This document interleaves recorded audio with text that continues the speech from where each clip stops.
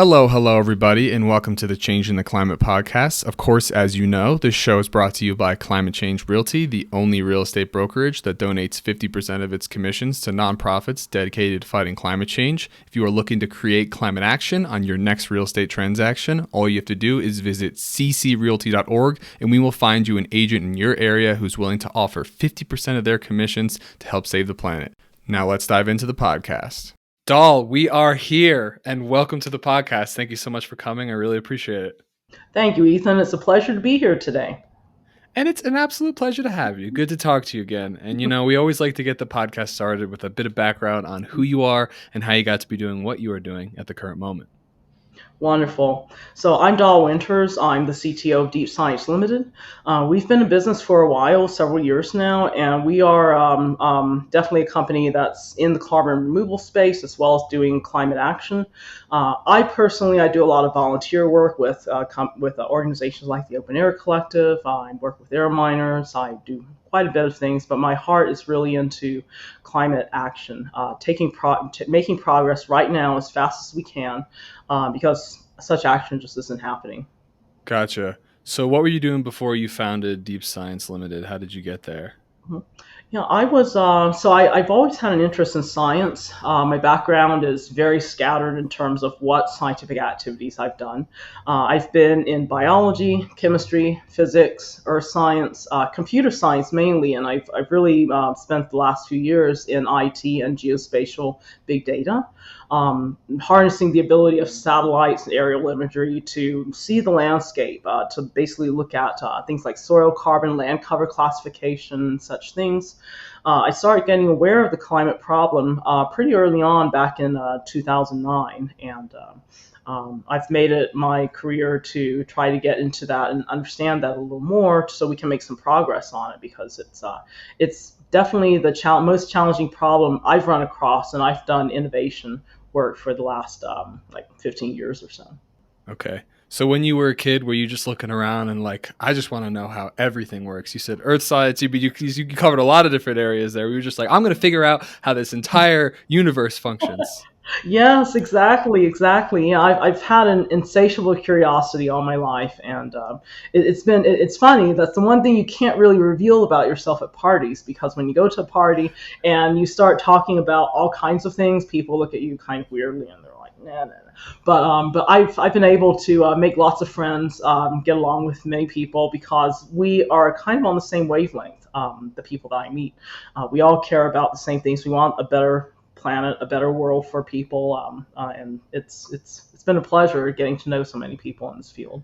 Absolutely, and I'm sure your curiosity has served you well. One of the things I like about this podcast is always being able to have something to talk about. I think having a broad knowledge base about a lot of stuff means maybe if you're at a specific type of party, you might not be able to talk about everything with someone, but if you go to a bunch of different parties, you might be able to start a conversation in every single one. So I appreciate that about you. Let's briefly talk about why you decided to volunteer at the Open Air Collective and what exactly it is. Yes. So the Open Air Collective is an organization founded by Matt Parker and Christopher Neidl several years ago. I think it was 2018 or so. They actually a little earlier than that, they got together and decided we needed a group to pioneer carbon dioxide removal through open source technologies, open hardware technologies. And we wanted to also drive to influence policy decisions being made within the US and maybe worldwide as well. One of the big achievements of the Open Air Collective has been that this 700 member community so far, and it's still growing, has been able to pioneer some bills that have been passed. Like in New York, the LECLA bill for low emission, low body carbon concrete.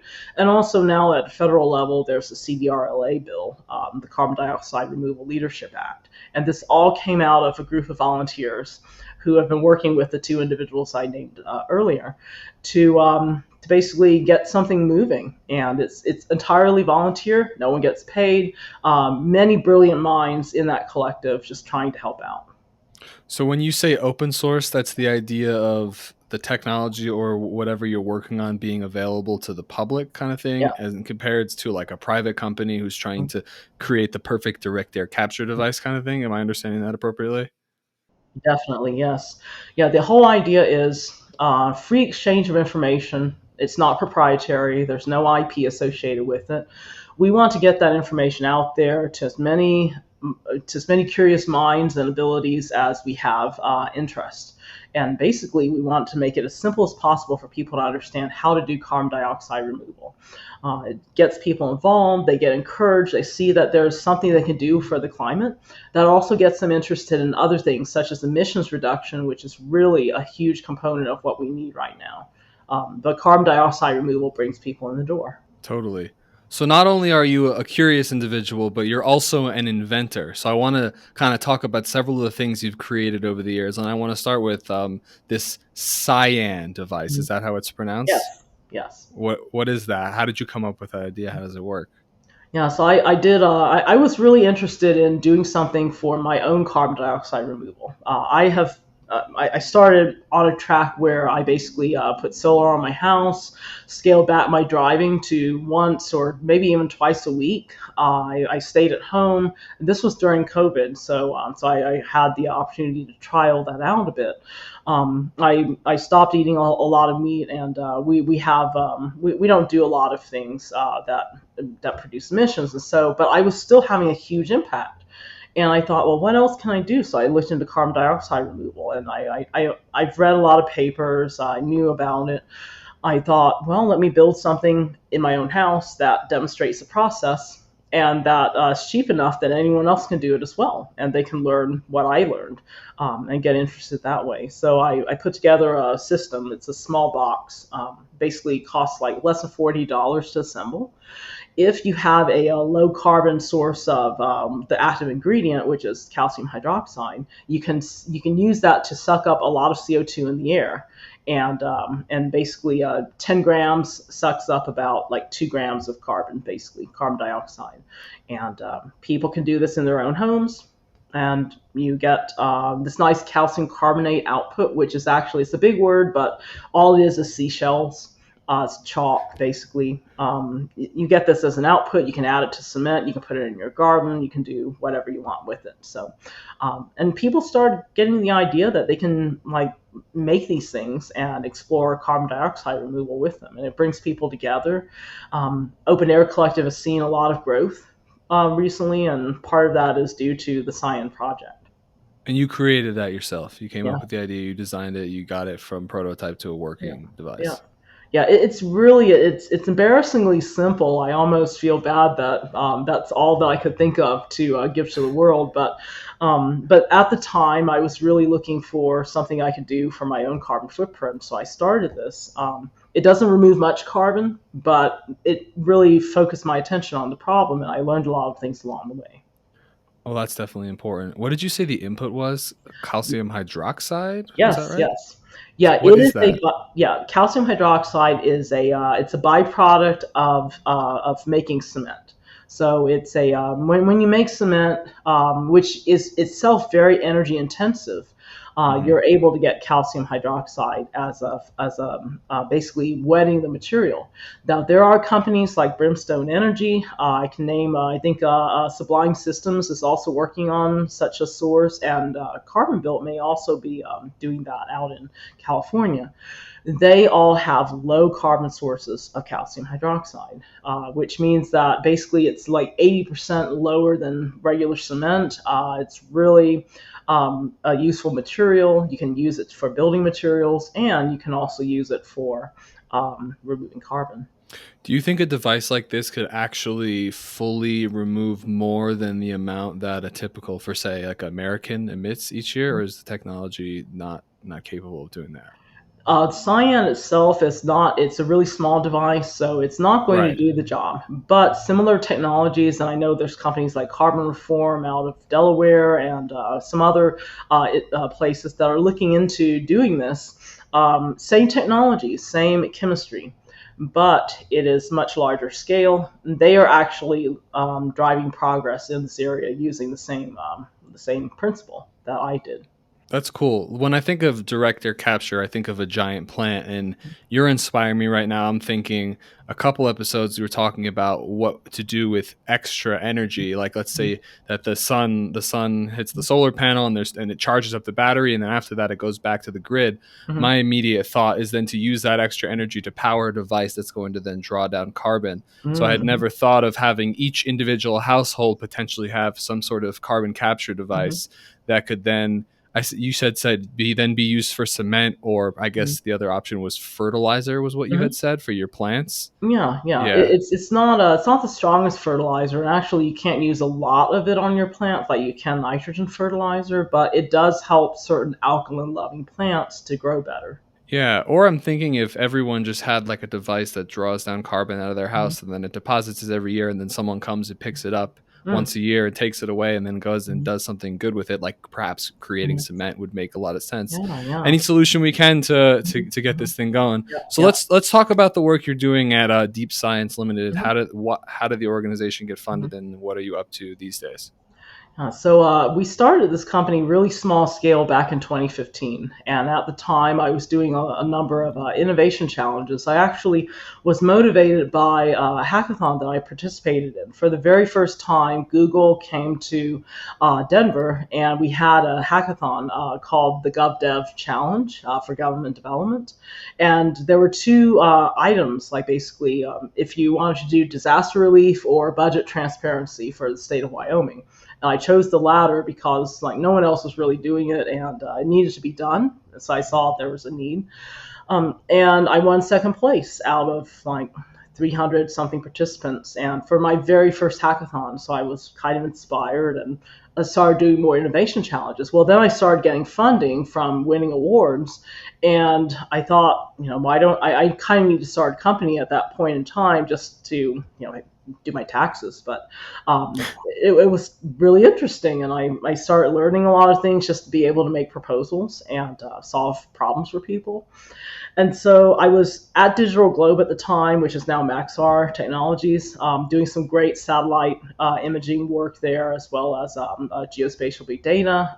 Basically, I love computers, and I just like the idea of working with them to do things. And I thought, well, why don't I combine that kind of work with a company and basically do computer science for innovation challenges and apply. And then I thought, well, let's apply biology to that as well, and then biomaterials, and then lots of different things. So then there was a challenge that I did for AstraZeneca. This was on the on a innovation platform, and they needed some help with an implant for type 2 diabetes.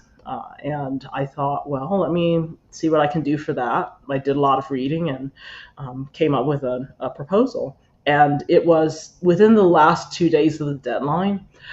And I had read like a ton of papers. I didn't have an idea. And then it just struck me like that night I needed to actually write everything down, got it submitted, and out of 300 or 350 participants, I was the winner. And so we got funding, and I thought, well, let's continue doing good with this and get more funding. So that's how our company took off. It's been myself and my husband, Lauren Winters, for many years now, and only recently have I considered really expanding my company.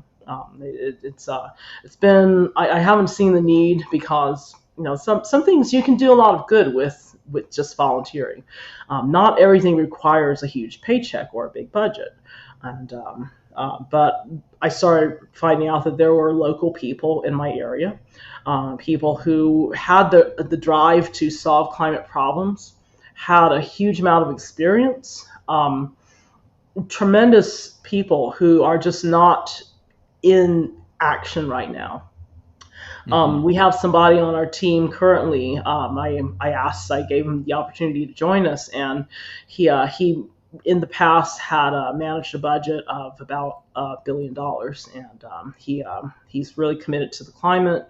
Wrote 100 papers, over 100 papers, and he's not, he wasn't being fully engaged in things. He wasn't having that opportunity, and so I thought, well, let me get him, ask him if he'd like to be on board. We have a stay-at-home mom who has not been at work for many years now. She has a child who's 8 years old. He's really interested in rocks, doing geology work, and we have somebody who's actually a geologist on our team, and maybe I'm able to connect them both together to see what we can do for her son. But those are the kinds of people that we're trying to attract, because she is really strong in marketing and connecting with people, and we need that in order to get the science out there to convince people that they need to join our platform, which you should ask me a question about that pretty soon, because I'd be happy to share more about that with you. Yeah, well, I mean, we'll spend a decent amount of time talking about that. Before I just want to get like a basic understanding of how we can use tools like data analytics and quantum computing to like help us with these climate solutions and mitigate some of the risks that come from it. Yes. So yeah, let me set the stage on that. Basically, this problem is so complex. We have an entire world full of countries. Countries have cities, cities have like neighborhoods, and down to the household level, there are people, some of which know about the climate problem, some of which don't. But one thing that is common amongst all places is there are people who are trying to do work. Businesses who are in the business of providing climate solutions, things like solar, renewable energy, wind, geothermal. Then you have the carbon removal companies, including companies that are participating in the new carbon economy, so including carbon sequestration, CO2 for feedstocks to make chemicals and such. That cycles the carbon around. It doesn't really remove it, but that's part of the solution that we're heading toward as well. Mm-hmm. And then we have companies that do energy efficiency, various things, but our focus is everybody wants to see the CO2 out of the air if they're engaged in this business. So we want to provide them with a platform that will point out to the user what is the most optimal strategy to drive down the maximum amount of CO2 emissions at the least cost, at the least amount of time. So far, there's nothing that does that. So everyone is working on climate solutions and they're like, well, let me find customers however I can. And we actually want people to log on to our platform and say, here are the customers that I can get. Here are the funding opportunities that I can provide our customers in order for them to be able to work with us. Here are the funding opportunities from agencies as well as private investors to get our company growing if we're a startup. That basically connecting the dots for the people involved, for the businesses, is what we're aiming to do with our new platform, Quantum Go. It's coming up. It's the Quantum Global Optimizer platform. We might rename it. I don't know, but depends on what interest we get and what people would like to see other than their optimal connections. That we're scheduled to have done by September. We want to open it up to people, get some early signers on the platform, and basically, just get progress driven. It's beyond time. I've spent years now trying to solve problems and being pretty successful at it. The climate problem is the one problem that's just still there, and people have thought of this since the 1970s, and I'm not that old, but I'm old enough to know that progress has just not been made, and this is a huge area of opportunity. There's billions of dollars going into climate solutions right now that just aren't getting to the people that need it to grow their companies, so we can have more progress and they can see fantastic more growth. Point. Yeah, no, that's so true.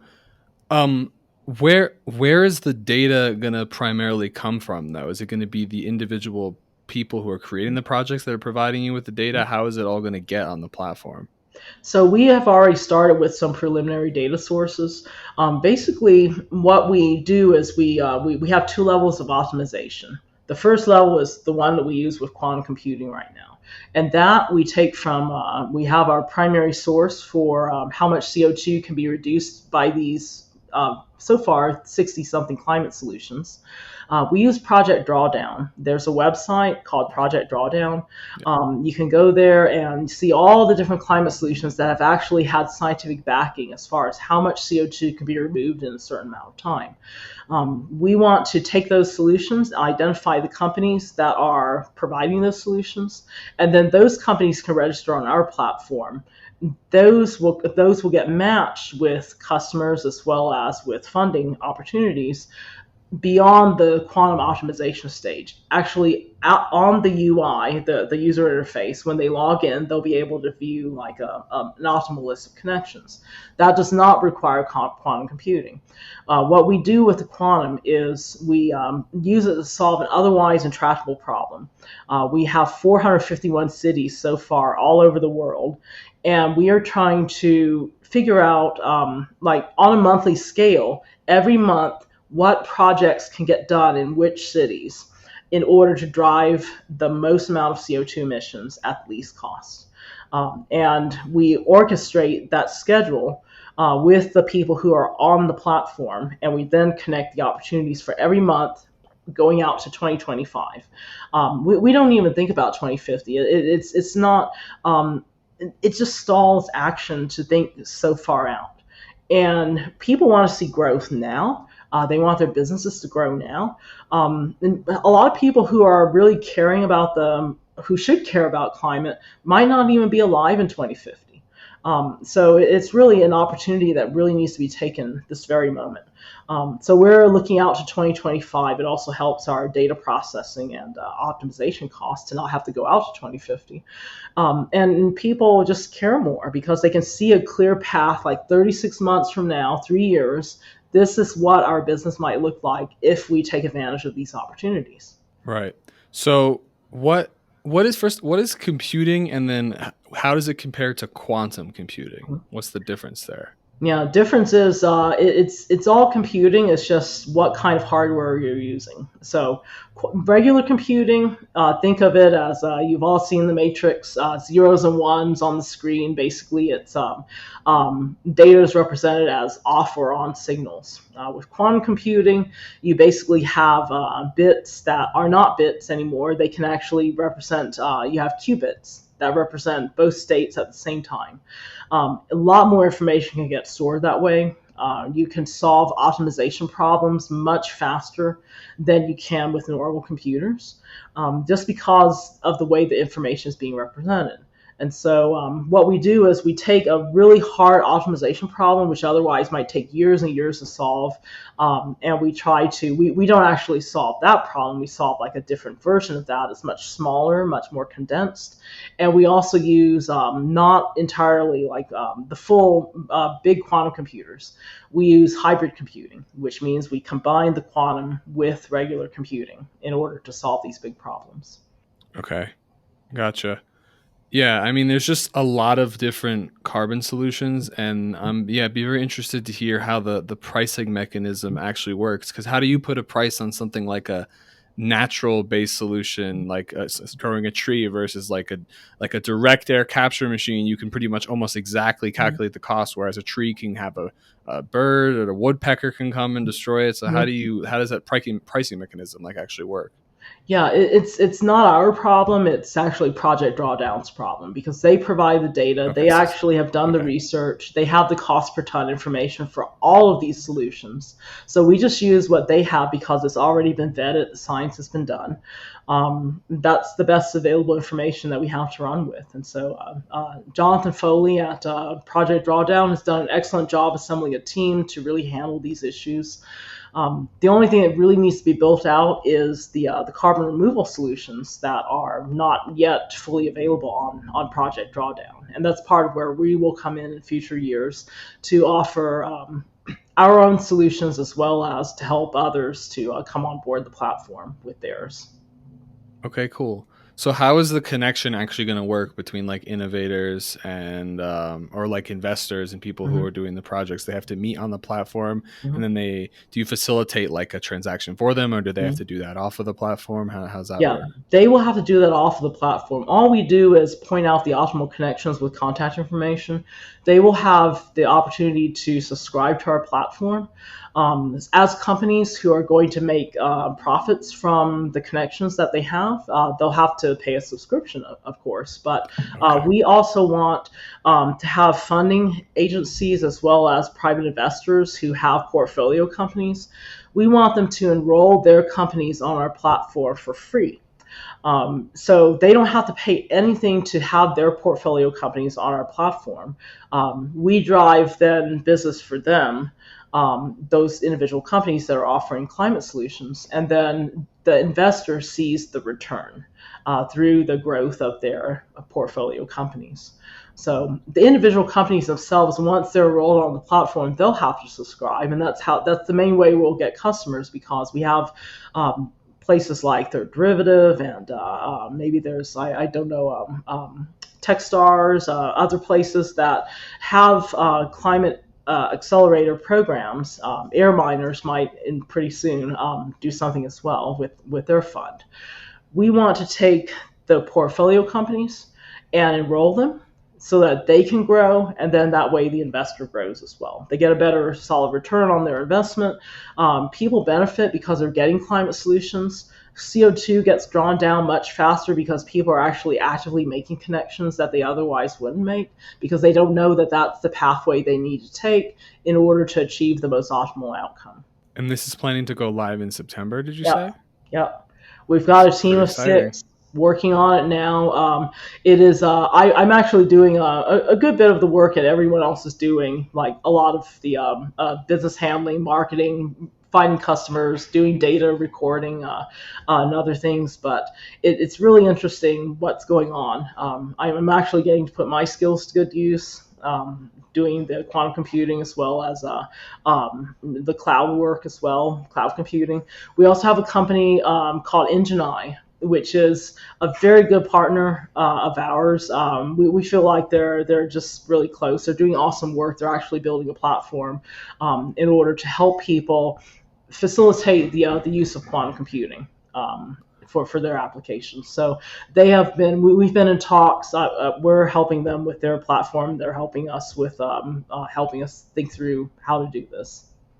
So you yourself are actually building the platform Yeah. mostly. Mhm. Well, thank you for taking the time to come on the podcast to take a little break. I appreciate it. Very cool. Yeah, yeah, it's definitely it's a welcome break. Today I was yeah, it is it really is great. It's amazing what I've gone through the last few days. We had a family member who died, and we had the funeral today, so I had to travel like 500 miles across the country to get to the funeral. We got in last night. I had client calls this morning. I've been managing the team. I just got here to this office after the funeral service.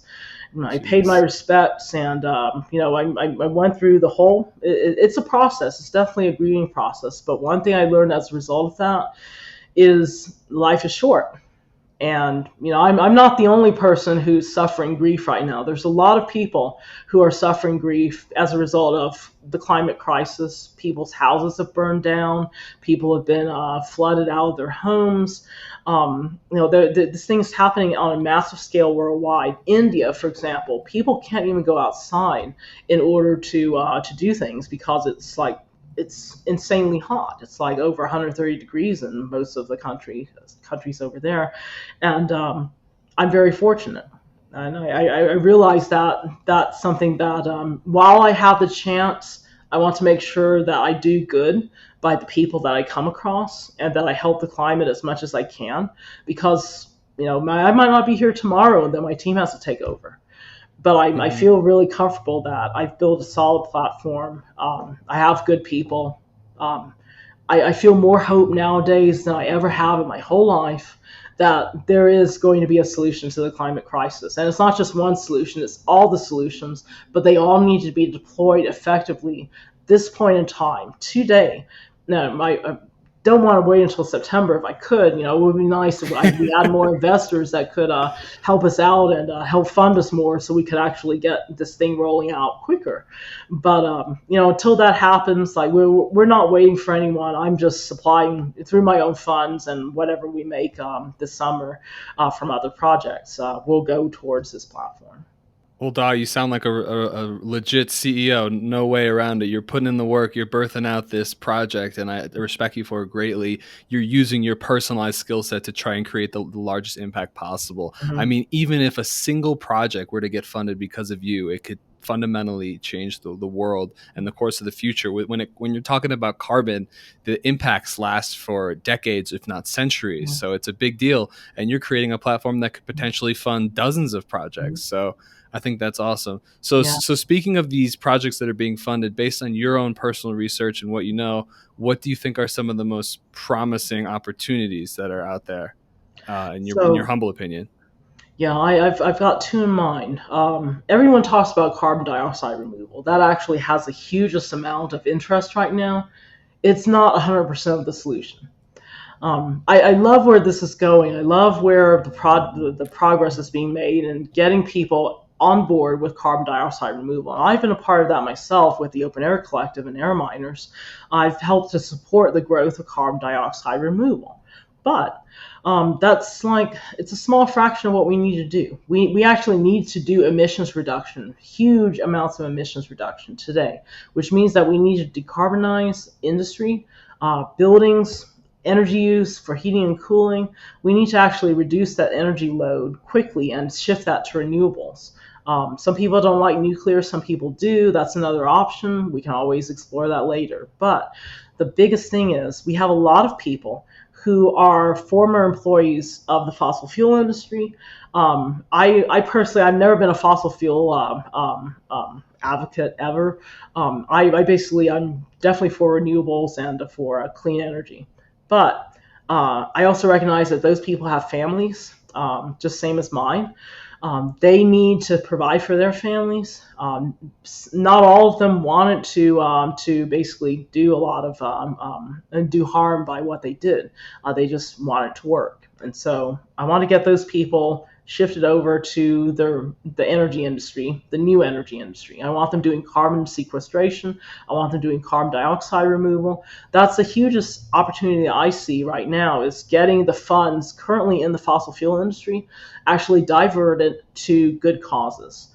Things that can actually help the climate, because they have a huge amount of funds there and a huge amount of expertise that could be actually applied to putting CO2 underground. There's also, for example, methane emissions. Tons of natural gas leaks all over the country, and methane has actually now become one of the strongest greenhouse gases that's powering the greenhouse effect on our planet. It's not CO2 anymore. It's actually more like methane for the next 20 years. There's so much of it all over the place, from natural gas leaks, from permafrost melting in the Arctic. We can't help the Arctic stuff, but if we can get our natural gas leaks under control right now, maybe by capping well bores with biochar, including concrete, something that stores carbon to cap the well bores. That's actually one thing that we're looking at providing some services for. Methane is huge. And it's not anything that DAC can solve, direct air capture, because the quantity of methane is so small in the atmosphere, it would take like a huge expense to try to remove any of it. So we really need to stop it at its source, remove the carbon dioxide that's already there, cut dramatically our emissions, which is why Quantum Go is going to be so pivotal in this process, because people need to know what can they do to actually make a cut, make a difference, and something that will be profitable for their companies as well, because they're engaged in climate solutions. Right. Yeah, I mean, even beyond mobilizing the funding and capital that's in the fossil fuel industry, I think even more powerful is mobilizing the labor force, and not saying, hey, you're gone, you're out of business, saying, hey, no, here's an opportunity for you to move up in your career, to do something, make more money, use your skill set to improve the world. It's not, how can someone argue with that, you know? Yeah, I'm definitely all for that. It's we're trying to make the world a better place by what we do. We have scientists who have been fully immersed in climate on our team right now. We also have people who are energy advisors on our team right now who know about renewable energy as well as older energy sources, conventional energy. They know how to actually transform what people have done in the past and actually get those people moved over to the more renewable, cleaner energy sources. It's not hard. It really isn't. It's people do this all the time. It's called change management for companies. What Hmm. you really need is the inducement to do it. And so if you see dollar signs at the end of the day, as a result of what you saw in Quantum Go, basically, if you can connect the dots and find who you should talk to in order to make this project happen, and you actually have the idea of what size project to build, when, especially when in time, because um, everyone wants to do something now, but there's delays in getting permits and getting people together and selecting a site to put these projects up. We actually account for that on the platform as well. So consumers, companies, they really don't have to put in a lot of data. It's really just how big the project is that they can provide. How much CO2 does it remove if it's not already accounted for by our system, and who they want to service within their local area. And once we have that information, the system automatically connects people. They get an output, and they can roll with it. That's fantastic. Yeah, I took an entire course in Australia about change management and how it's the largest contributing factor to the success of a corporation. Mhm. So I think that's really interesting for people to keep in mind because, if in order to stay in business, if you're in business in 1920 and 2020, it's a fundamentally different world. So it would make sense that your ability to change is the most Mhm. likely contributing factor to your Yes, yeah. success. Why companies like Apple Mhm. keep coming Mhm. up with new and innovative products. Mhm. So speaking of world changing, new, innovative technologies, I really would love to hear your thoughts on the advent of AI and its Mhm. ability to perhaps continue to foster further Mhm. environmental stewardship through Mhm. people, hopefully, as long as we don't become obsolete No, humans. no, no. People are never going to become obsolete because someone has to actually fix the AI. And you can't really let AI fix itself and then not have people. We kind of need the AI to do what we need it to do. We've built the tools, and we can make modifications and help guide its evolution whatever trajectory it goes on. But I was just giving a talk about a month ago with the Scholastic Artificial Intelligence leadership, or I forget it's called Salia. The league, yes, Scholastic Artificial Intelligence League. It's a group of high school students. Really fantastic people who are in AI, who have taught themselves AI. They actually provide resources for other students to learn AI. And I was actually giving a talk on AI and sustainability. So it's up on their website. I think it's salia.org, and there's a little link there or something. But it's on YouTube, and I basically told them we have a huge amount of potential using AI for climate change, for sustainability. There was a paper with some of the most notable people within deep learning, within artificial intelligence and machine learning, who did this paper. And it's like machine learning for climate change or something. Basically outlines all the different ways you can apply AI to the climate problem. What's interesting is a lot of it has to do with not a lot of it has to do with optimization, but with collecting data, making smarter sensors so that we can actually develop better agriculture. That might actually lower some of the energy expenses. Optimizing like supply chains, what the energy uses go on in data centers, and how to remove some of that energy load, because data centers use a huge amount of electricity, require a lot of cooling for their operations. And yeah, there was just a lot in that paper. But what I found was sometimes the attention is more paid to getting students into artificial intelligence so that they can work at other jobs like cybersecurity, or they can work at I don't know, like a media platform or so to monitor things like, well, Facebook, Twitter, social media. Artificial intelligence really goes a long way within the finance world, and also in the social in the marketing world, but not so much in sustainability. And It's kind of sad because that's what I spent my career doing before I was at Deep Science. I actually Right. worked for a company that did a lot of AI, and I actually built a tool. I was one of the members that on my first year there, we built like this a big data tool to handle large amounts of satellite imagery to actually select the satellite imagery that would be used for land cover classification. So you could identify things like roads and trees and cities and whatever you wanted to from those particular satellite images. And so, AI was being used, and it was being used for good purposes, for sustainability, and that's just not commonplace.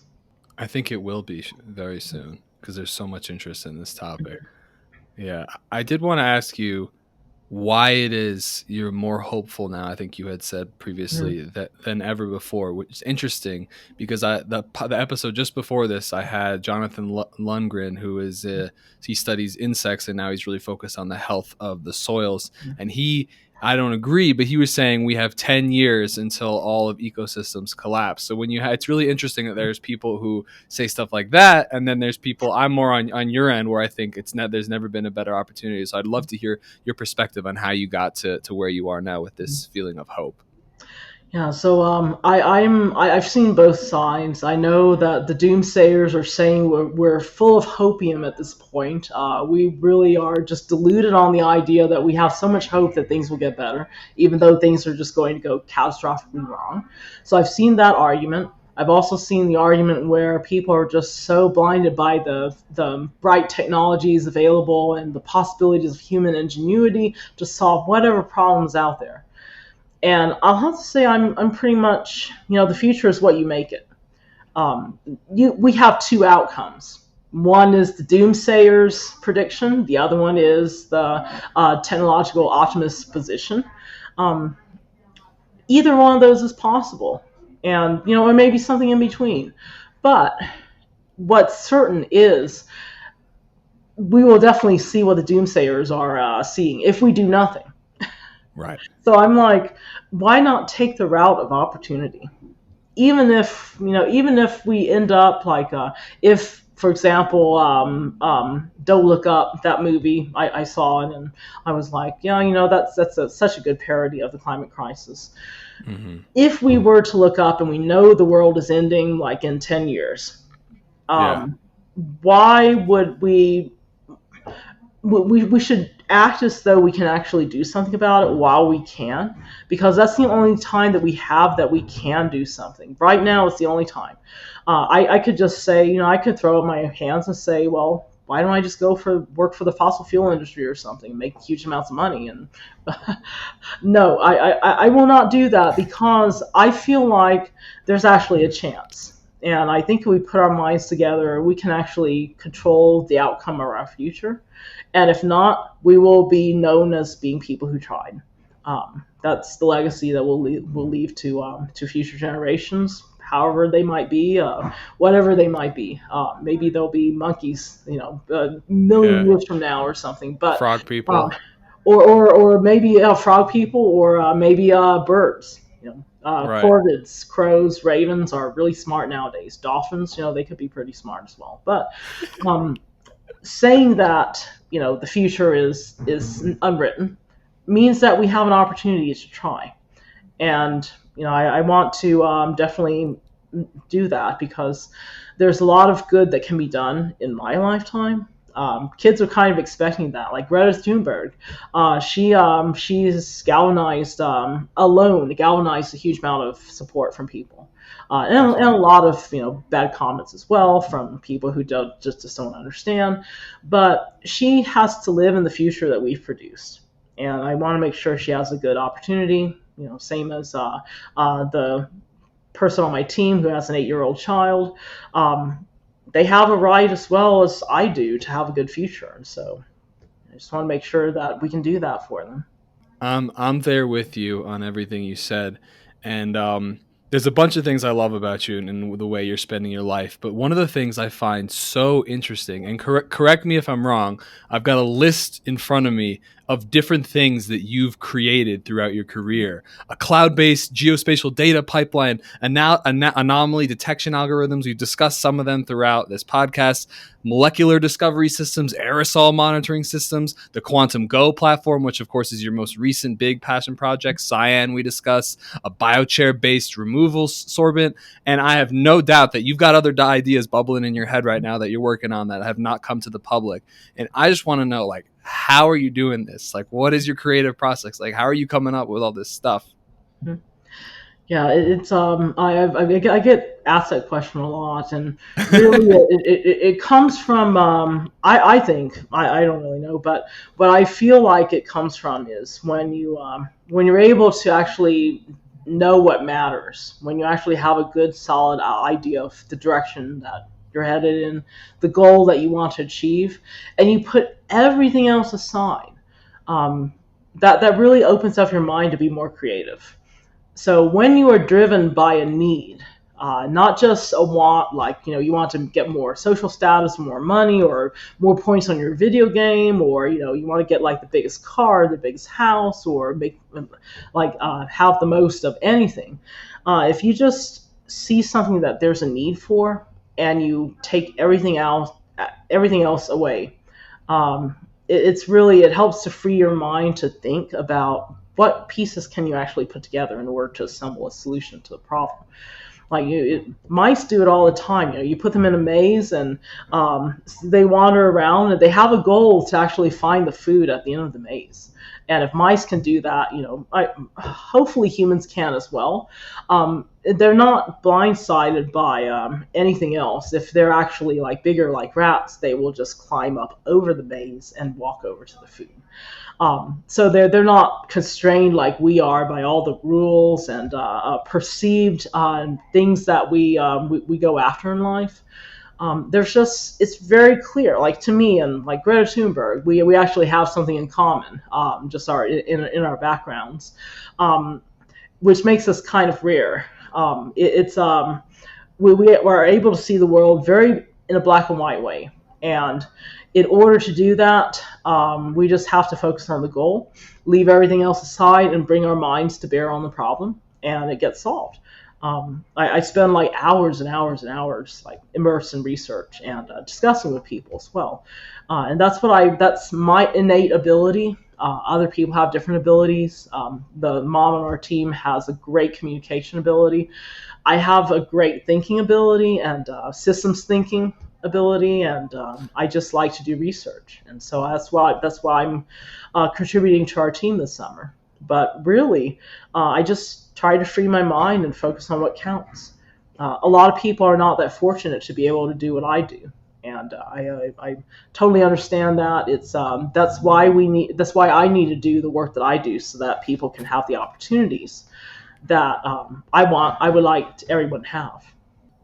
But everything you just said, it sounds to me like I would phrase it as purity of motivation. Does that ring true to you or no? Yes, yeah. Yes, definitely.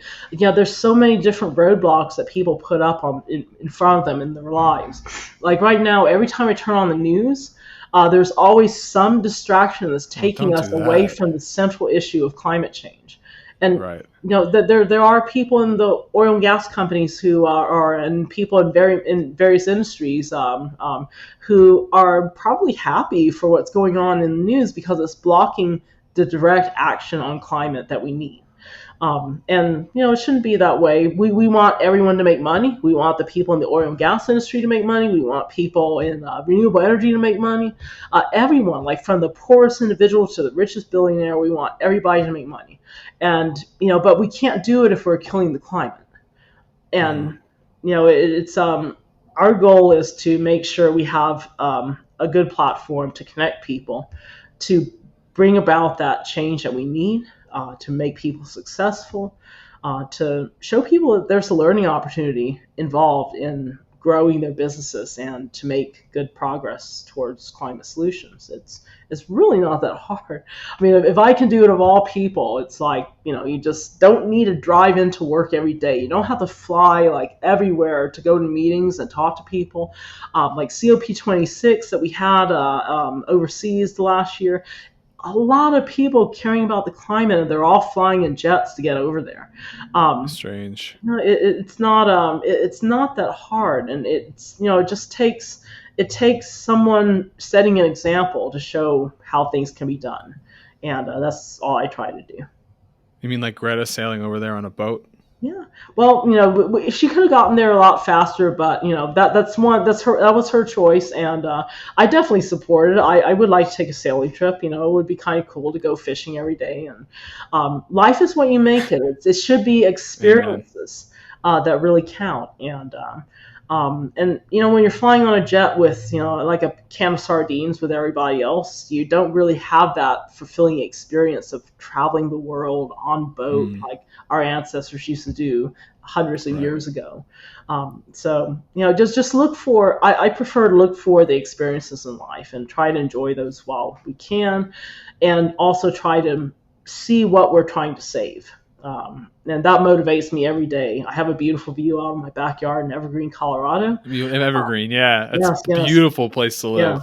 yes. Yeah. It motivates me all the time to see like exactly what I like to protect. If our house ever burns down due to a wildfire, I know that's the definite possibility in our area.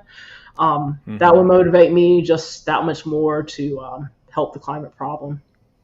Yeah, when I started my business, summer of 2020, it was like the worst wildfire season I think Mm-hmm. Colorado had, and I was out there knocking on doors, being like, "Hey, climate change realty," while there was smoke Yes. billowing down the street, and I was literally Mm-hmm. out there walking. So it was good motivation. Have you ever seen the Simon Sinek Start with Why talk? Yes, yes, yes. Yeah, I yeah. love You this that and this end of this conversation has reminded me about his story that. about Samuel Pierpont Mm, Langley and the Wright mm, brothers, and how mm, Langley had all the funding he needed and all the publicity he could possibly mm. desire to try and create man flight. Yeah. And these guys that owned a bicycle shop just had the purity of the motivation. They didn't want fame. They wanted to change the world so Mm-hmm. we could fly. So we, like you said, we could really travel around. So I don't know. You reminded me of that a little bit. Um, Dahl, do you have any advice for other young folks who are passionate about building this better world that you and I both wanna be a part of? Yeah, I would just say, go for it. You guys are the future. Don't let mistakes of previous generations hold you back. You have a total open slate of what you can do for the future, and so I just really I want to make sure that we leave the door open for the next generation to come and make the changes that maybe we aren't able to make because of various reasons. Too much history in this country, too much uncoordination, too many arguments, disputes, whatever. That doesn't have to be the case in the next generation. No, I personally, I used to think, it would be cool if I lived 200 years in the future, and I would love watching Star Trek and other shows where you see the potential, like what it might be like in the 24th century, when people are up in space and do various things. Um, Maybe I don't know. It might be possible to do that kind of travel someday, to harness huge energy sources and do various things. But unless the people watching this right now, unless your children are shown the way, that they can actually give them the freedom to explore, to learn new things, to be creative, to learn whatever they can and to know that you can use that knowledge to solve problems. Science is not something to be dismissed, or something that you shouldn't follow because it's too geeky, or it's too dorky or something. Science is the pursuit of knowledge. It's the pursuit of truth. Um, we'll never get there. We will never get anything perfect, but we can make the best possible attempt, and that's what that's all that we're trying to do with Quantum Go, and with any kind of optimization technique. We won't ever get any models right, but we can get pretty darn close, and with the help of future generations, we'll make progress in that direction and become better as a species. Yeah, and then you can also realize that it's like really cool to live now where you can like throw on some spikes and run up a 14er while Alan Watts, who's been dead for 50 years, is giving you a lecture about what it means to exist. And you can grab a zip line or something. Like there's all this cool stuff you could do now. And then you can fly across the world to Indonesia and have a meal for $5. Like it's pretty wild to be alive now, I would say. And just accelerating every single year, you know? Yep. Definitely wild. And with companies like yours, Climate Change Realty, you're helping to set the stage for people to drive climate progress by just moving in, becoming neighbors. Right. And there's a huge amount of opportunity for just living now. Beautiful areas within the country, and definitely, cities need improvement. Rural areas need improvement. There's tons of business opportunities out there. So, just get out and enjoy life while you can. It's not meant to be a 9 to 5, 24/7, 365 days a year. It's meant to be a unique experience. And I've just worked all my life to make sure I can get to where I am now. A lot of it is luck. A lot of it is my motivation as well to get to a good place so I can be able to help people. So, I definitely wish everyone the best watching this, and I hope that we'll be able to work together in some capacity. Our door's always open, and just want to do the best we can. Definitely. Dahl, never change. I look forward to talking to you again in the future. Thanks for taking some time to come on the podcast. Thank you. Good luck as well. You're welcome. All right, everybody. And we'll see you on the next one. Peace out.